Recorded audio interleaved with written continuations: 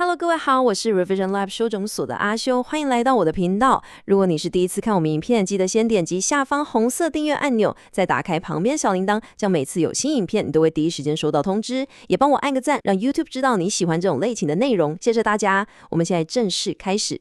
好，今天我们要来聊一个可以说是人类思想史上，吵最久也最无解的世纪大辩论：科学对决宗教。这两个东西到底是朋友还是敌人？是伙伴还是对手？今天我们不自己乱猜，而是要带大家潜入一场在耶鲁大学举办的顶尖座谈会。你可以想象一下那个画面，现场坐着世界一流的科学家、哲学家，哇，那个空气中充满了知识碰撞的火花。他们究竟会怎么看这个世纪大哉问？OK， 我们直接切入这场辩论的暴风眼。你看荧幕上这个问题，你可以同时相信上帝和演化论吗？哇，这问题一丢出来，几乎就把整个辩论的核心给点燃了。很多人脑中可能马上就浮现两个完全对立的画面，对吧？一边是达尔文在加拉巴哥群岛看着那些小鸟，归纳出物竞天择的理论；另一边呢是米开朗基罗在西视厅礼拜堂画的创造亚当，上帝伸出手指赋予生命。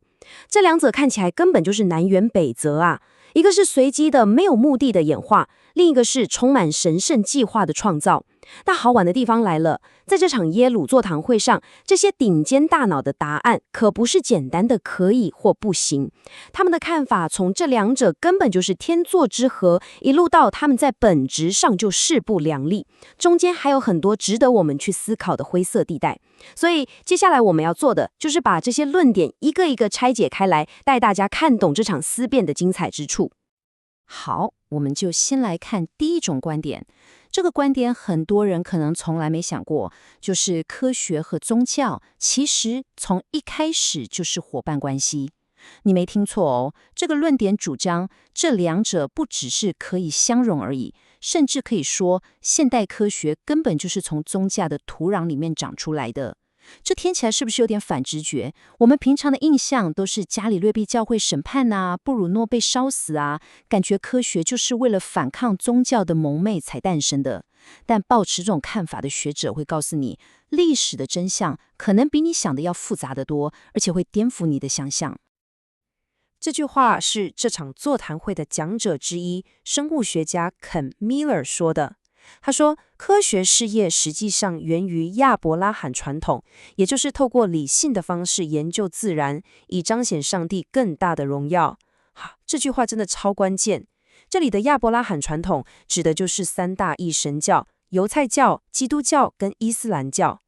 米勒认为，就是这个传统为科学的诞生提供了思想上的沃土。那这位肯·米勒是谁？他可不是什么神学家哦，他是布朗大学的生物学教授，写过美国主流的生物学教科书，而且他还是一位虔诚的天主教徒。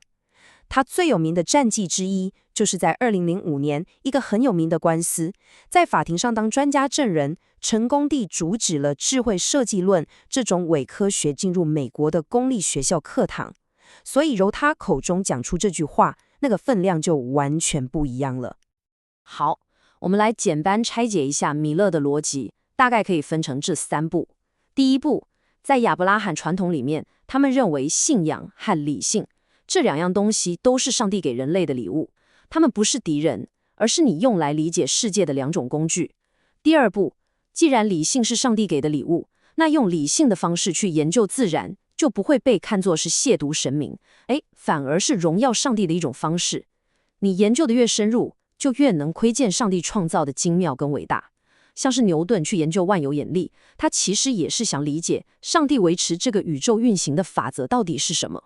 所以重点来了，第三步，就是因为有这样一个相信世界是理性的，是可以被理解的世界观当作基础，现代科学那种强调理性、客观、实证研究的精神，才可能在西方世界萌芽，然后茁壮成长。所以米勒认为，科学并不是宗教的敌人，反而更像是宗教生下来的一个理性之子。好，如果说米勒的论点是科学源于宗教，那接下来这位当代重要的哲学家埃尔温·普兰丁格的看法就更猛了。他直接把这个论点推到极致。他认为，如果没有类似宗教的信念，科学这整件事情根本就无法被严肃地维持下去。哇，这话说的就非常重了，等于是直接说，你如果抽掉信仰这个地基，科学这座大厦搞不好会垮掉。他的意思是这样。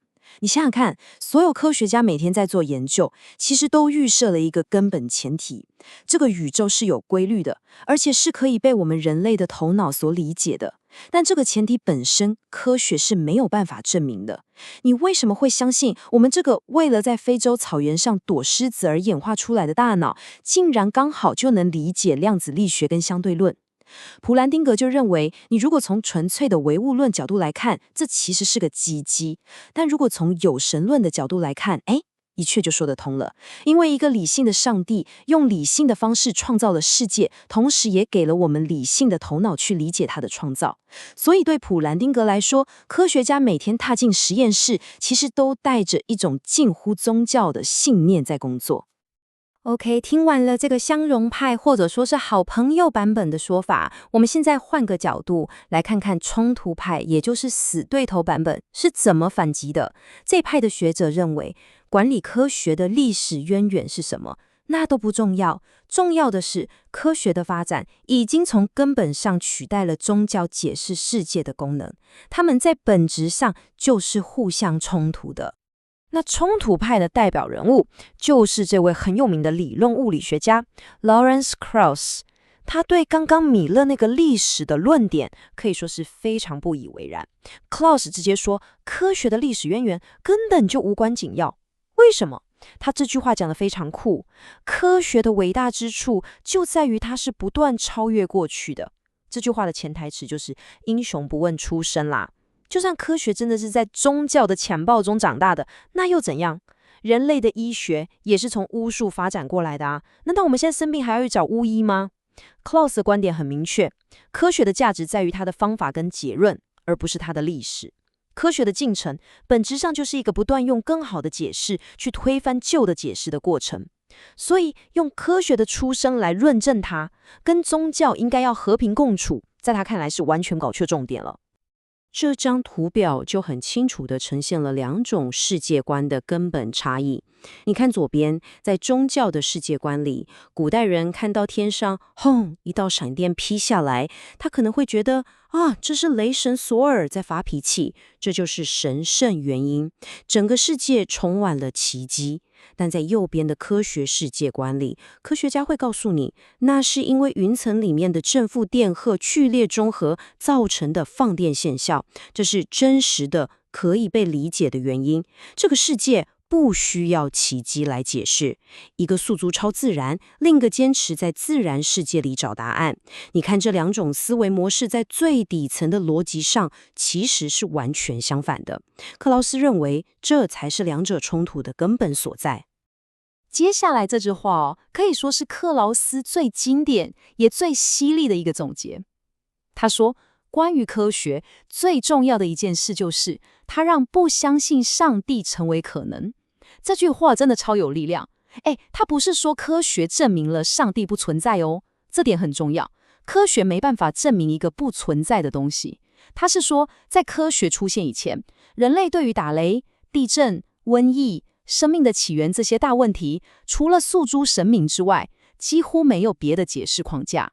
但是科学提供了一整套全新的基于自然法则的解释。它告诉我们，万事万物背后都有可以理解的原因，你不再需要上帝来填补这些认知的空白。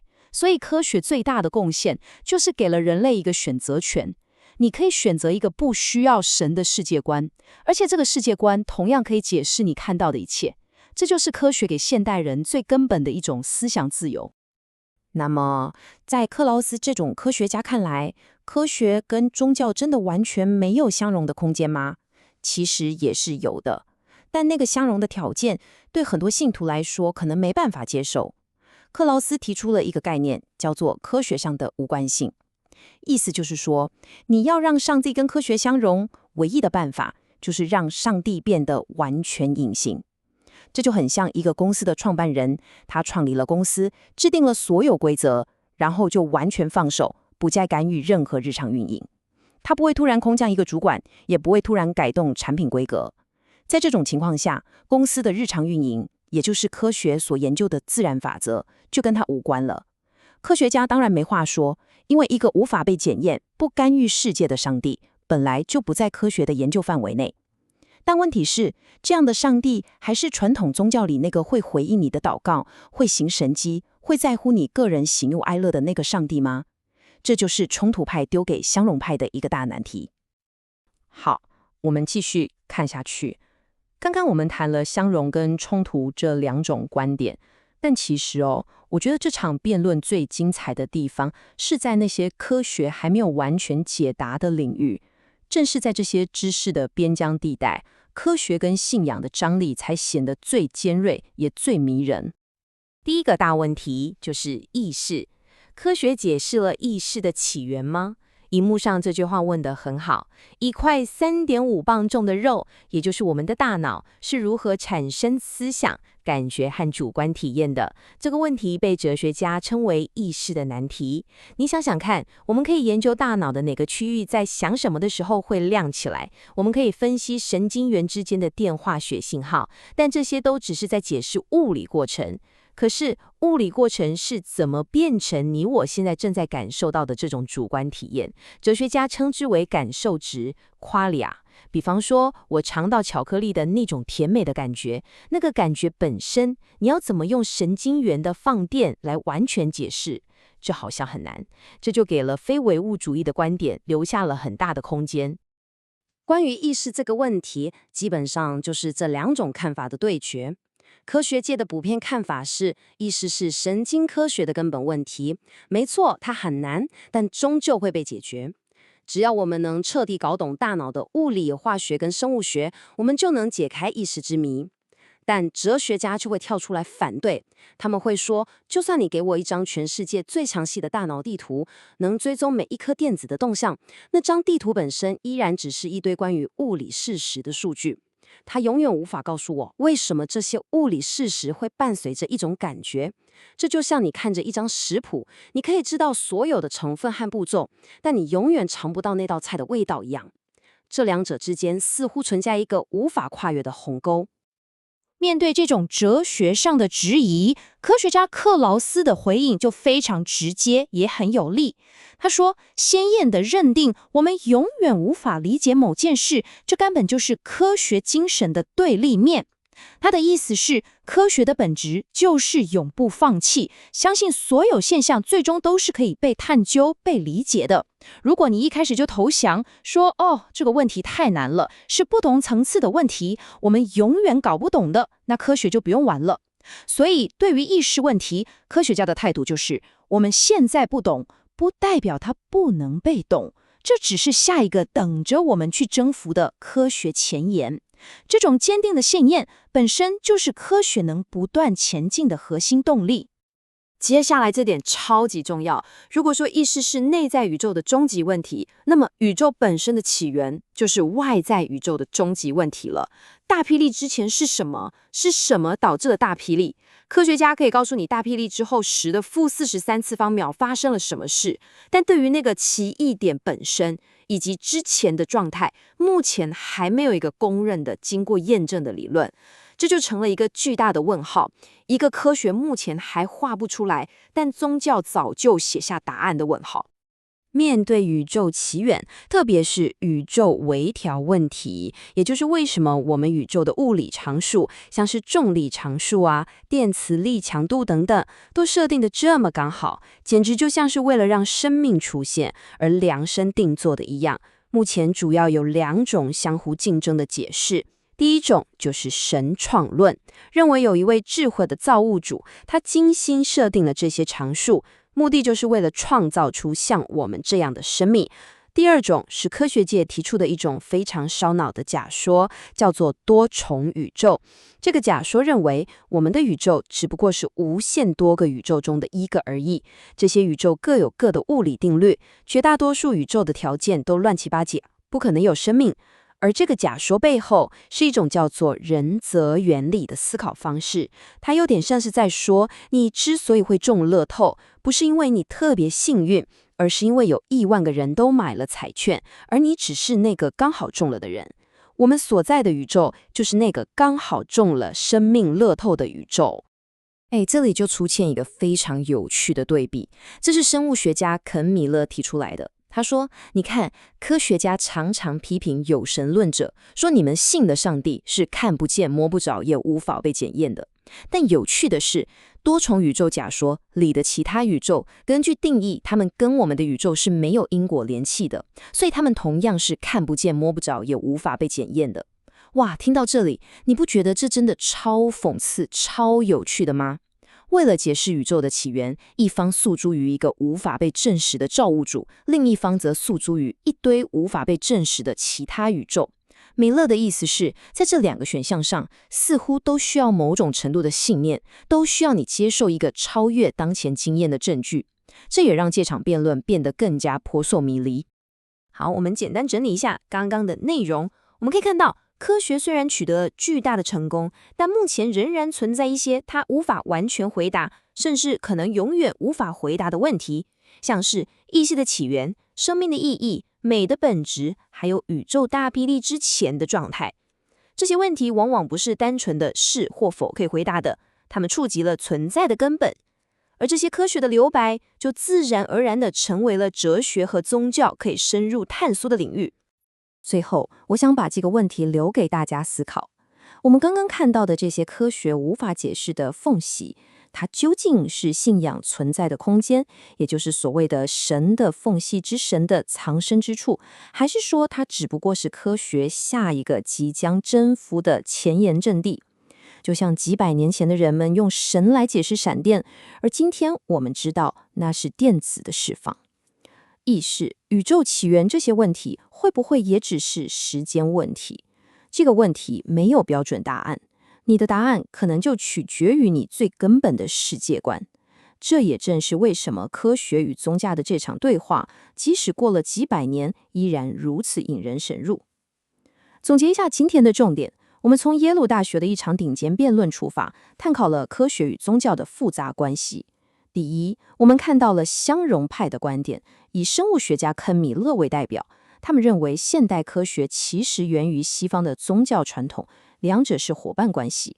第二，我们也分析了冲突派的看法，以物理学家劳伦斯·克劳斯为首，他们主张科学的进步已经让上帝成为一种非必要的选项，两者在根本世界观上是互斥的。最后，我们深入了几个科学的前沿领域，像是意识的起源和宇宙的诞生，看到正是在这些知识的边界，科学、哲学和信仰展开了最激烈的对话。